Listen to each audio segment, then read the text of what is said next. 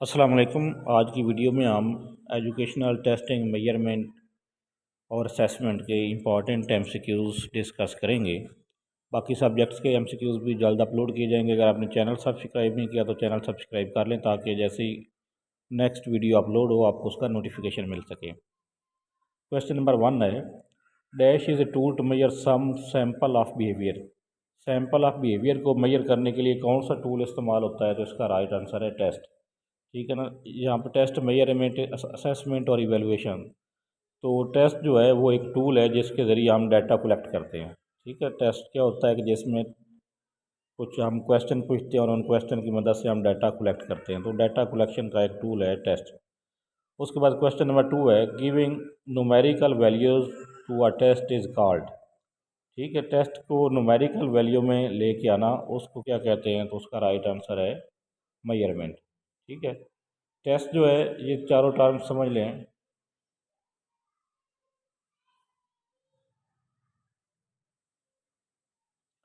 कि टेस्ट क्या है। टेस्ट जो है वो एक डाटा कलेक्शन का टूल है। मेजरमेंट क्या होती है कि जब हम डाटा को क्वांटिटेटिव फॉर्म में ज़ाहिर करते हैं, हिंसों की शक्ल में ज़ाहिर करते हैं। ठीक है। मसलन असलम ने टेस्ट में 46 मार्क्स लिए हैं, तो ये 46 जो है ये एक न्यूमेरिकल वैल्यू है। तो न्यूमेरिकल वैल्यू जो होगी वो मेजरमेंट कहलाएगी। ठीक है। अगर हम इसको कहें कि असलम ने 46 मार्क्स लिए हैं, उसका ग्रेड जो है बी बनता है, या वो क्लास में सेकंड पोजीशन पे आया है, तो इसको हम कहते हैं असेसमेंट। और ये क्वालिटेटिव होती है। असेस मेजरमेंट जो होती है ये क्वांटिटेटिव होगी, न्यूमेरिकल वैल्यू होगी, और असेसमेंट जो है ये क्वांटिटेटिव होगी। ठीक है, क्वांटिटेटिव फॉर्म में होगी। और उसके बाद इवैल्यूएशन। इवैल्यूएशन होता है जिसमें हम किसी चीज़ के बारे में एक मुकम्मल राय देते हैं। ठीक है।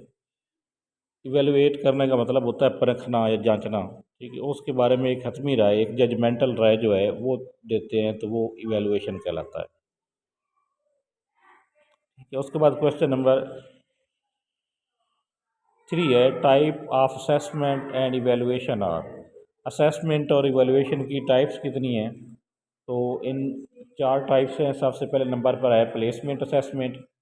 ठीक है। प्लेसमेंट के बाद है फॉर्मेटिव, फॉर्मेटिव के बाद है समेटिव, और डायग्नोस्टिक असेसमेंट। तो ये 4 टाइप्स हैं असेसमेंट की। उसके बाद क्वेश्चन नंबर 4 है, specific statement of learner behaviour of outcome that are expected to be exhibit by student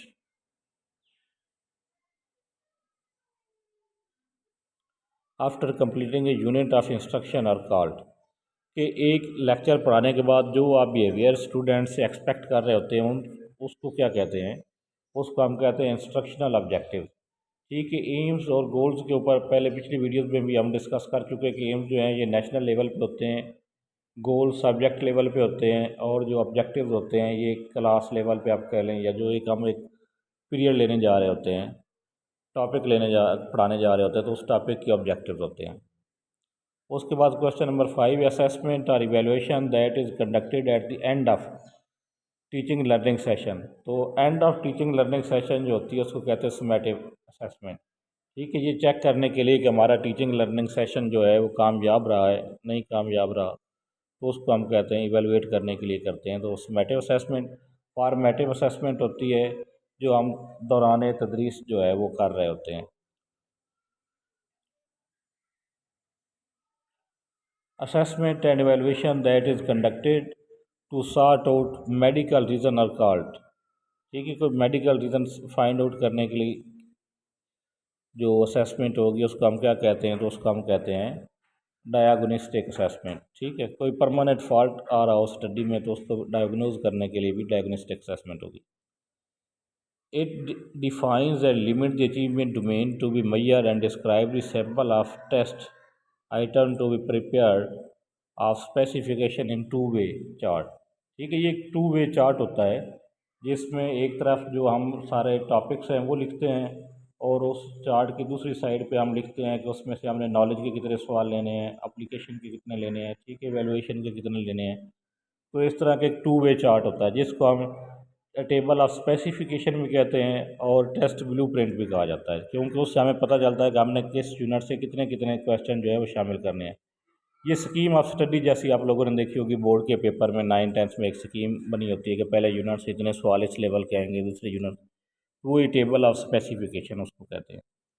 तो यहाँ पे इसका राइट आंसर है test specification. A multiple choice question is composed of question or statement is referred to। Multiple choice question में जो question होता है या उसको हम कहते हैं स्टेम। ठीक है, ये जैसे क्वेश्चन नंबर 8 लिखा हुआ है तो ये जो सारी लाइन लिखी है इसको हम कहेंगे स्टेम। उसके बाद एक उसमें करेक्ट आंसर होता है।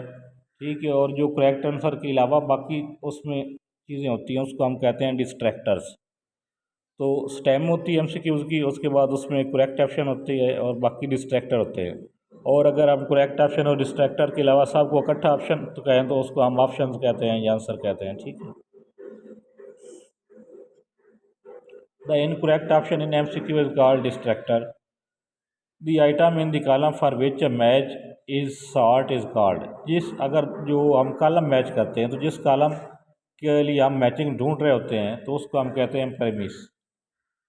द टाइप ऑफ ऐसे item in which content are limited. ऐसे टाइप दो टाइप के होते हैं हमारे पास, एक होता है एक्सटेंडेड रिस्पांस और एक होता है रिस्ट्रिक्टेड रिस्पांस। जो रिस्ट्रिक्टेड रिस्पांस होता है इसमें हम उसका जो लिमिटेड कंटेंट होता है, मतलब हम कुछ उसमें रिस्ट्रिक्शन लगा देते हैं कि आपने सिर्फ इतने लफ्ज़ों में जवाब लिखना है, आपका जवाब जो है वो 200 अल्फाज से ज़्यादा ना हो या 300 अल्फाज से ज़्यादा ना हो, या इन चीज़ों के अंदर रह के जवाब देना है। तो जब हम कोई रिस्ट्रिक्शन लगा देते हैं तो वो होता है रिस्ट्रिक्टेड रिस्पांस क्वेश्चन, और अगर उसको ओपन छोड़ दिया जाए तो वो होता है extended response question. Question number 12 है the ability to select, organise, integrate and evaluate ideas is demonstrated by. ठीक है, ये सारी एबिलिटीज़ जो हैं वो किस टेस्ट के ज़रिए अच्छी तरह चेक हो सकती हैं, तो उसका राइट आंसर एक्सटेंडेड रिस्पांस। क्योंकि उसमें जो क्वेश्चन हल करने वाला होता है उसके पास मुकम्मल आज़ादी होती है कि वो अपने नज़रियात को या अपने ख्यालात को सही तौर पर पेश कर सके। There is no objectivity in the result of. किस टेस्ट में सबसे कम जो है वो ऑब्जेक्टिविटी होती है? Teacher made test, standardised test, subjective test. ठीक है, तो सब्जेक्टिव टेस्ट जो है, टाइप टेस्ट जो होते हैं इनमें ऑब्जेक्टिविटी कम होती है। ऑब्जेक्टिव होने का मतलब ये होता है कि ऑब्जेक्टिविटी का मतलब होता है कि जो आदमी मर्जी वो टेस्ट चेक करे उसके नंबर वही रहें। ठीक है, मतलब जिसमें आदमी की अपनी ज़ाती पसंद नापसंद जो है वो शामिल ना हो। तो जो सब्जेक्टिव टाइप टेस्ट होते हैं उनमें ऑब्जेक्टिविटी नहीं होती है। उसका मतलब ये होता है कि उसमें इंसान की अपनी पसंद नापसंद होती है। अगर एक ही सब्जेक्टिव क्वेश्चन आप चार मुख्तलिफ लोगों को दे दें कि इसके नंबर लगाएं तो चारों जो है वो उसके अलग अलग नंबर दे दें। ये भी हो सकता है कि आप एक ही टेस्ट एक ही शख्स को दो मुख्तलिफ टाइम में दे दें तो वो उसके अलग नंबर लगा दें। तो जो सब्जेक्टिव टाइप टेस्ट होते हैं इनके अंदर ऑब्जेक्टिविटी नहीं होती। टीचर क्वेश्चन नंबर 14 है the degree to which test measure what is suppose to measure. तो जिस मकसद के लिए कोई टेस्ट बनाया गया है और वो मकसद वो पूरा कर रहा हो तो उसको हम कहते हैं वैलिडिटी। ठीक है, मिसाल के तौर पर एक टेस्ट जो है वो इंटेलिजेंस चेक करने के लिए बनाया गया और वो इंटेलिजेंस चेक कर रहा हो तो अब कहेंगे ये टेस्ट वैलिड है। उसके बाद इसमें दूसरी ऑप्शन जो है रिलायबिलिटी। रिलायबिलिटी का मतलब होता है कि if a test continuously measure whatever it's measure. एक टेस्ट में जो भी रिज़ल्ट आया है वो कॉन्टीन्यूस वही रिज़ल्ट आता रहे तो उसको हम कहेंगे कि ये रिलायबल है। मिसाल के तौर पर आपने फ़र्ज़ करें कि 2 किलो चीनी ली है शॉप से और आपने उसको मेजर किया है तो वो बनी है 2 kg। दूसरी बार आपने मेजर किया तो बनी है 3 kg। तीसरी बार आपने मेजर किया तो बना है 1 kg। तो इसका मतलब है आप जो इंस्ट्रूमेंट यूज़ कर रहे हैं वो रिलायबल नहीं है।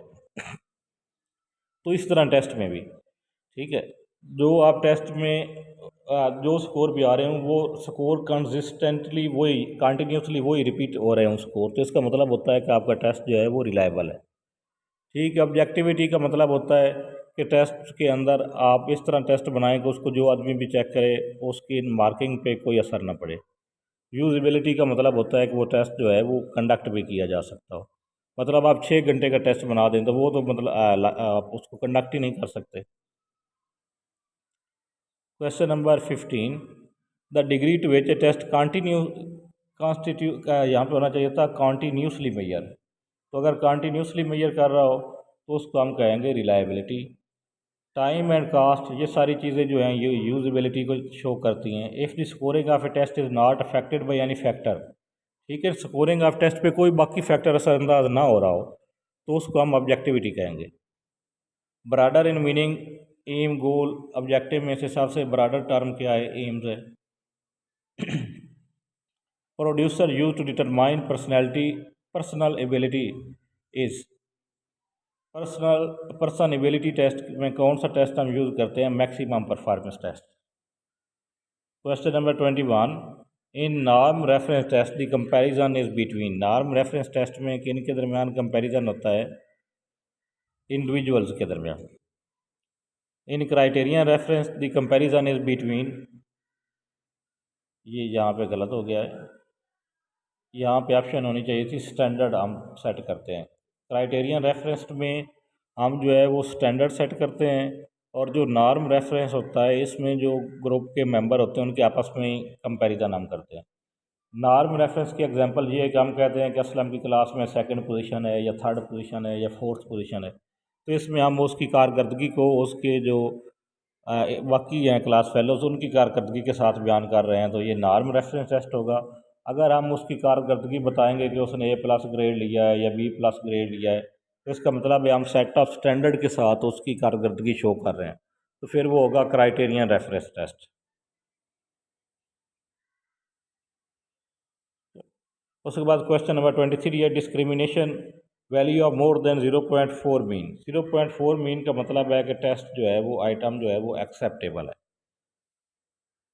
0.3 से लेके 1 के दरमियान इसकी जो है वो वैल्यू होनी चाहिए। Which appropriate word use to make objective behaviour. Objectives को बिहेवियरल बनाने के लिए कौन सा वर्ड यूज़ करेंगे? राइट आंसर है to construct. In NRD the test is best use item difficulty level.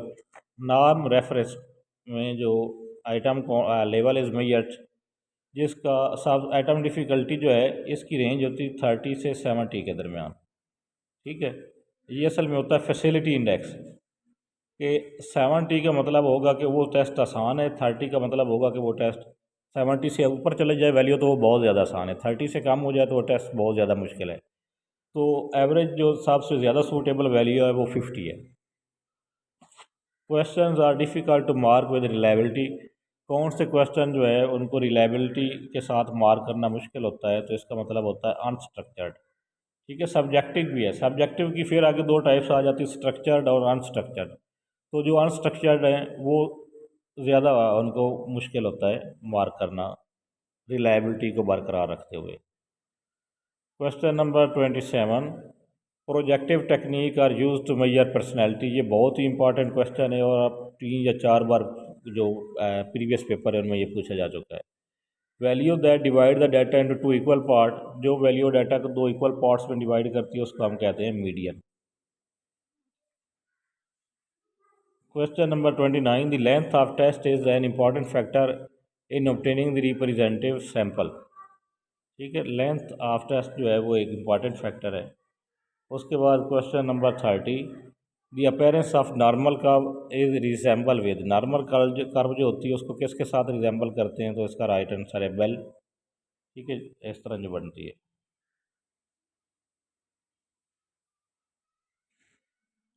Table of specification help in.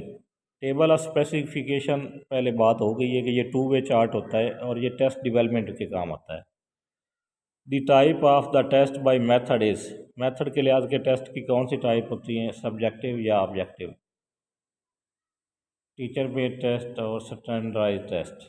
The type of test by method.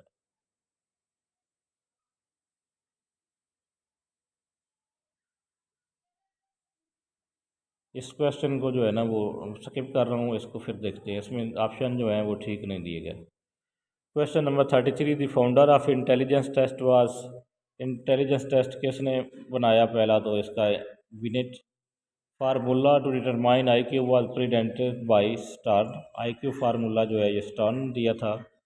Facility index index determine efficiency level, standard level, ease और difficulty level. तो ये answer गलत है, हुआ इसका right answer है ease और difficulty level. ठीक है, इसका मैंने बताया कि इसकी वैल्यू 30 से 70 के दरमियान होती है। ये इतनी MCQs थे असेसमेंट के, तो इनमें से अगर आपको किसी MCQs में कोई इशू फील हो तो आप कमेंट में बता सकते हैं। अल्लाह हाफिज़।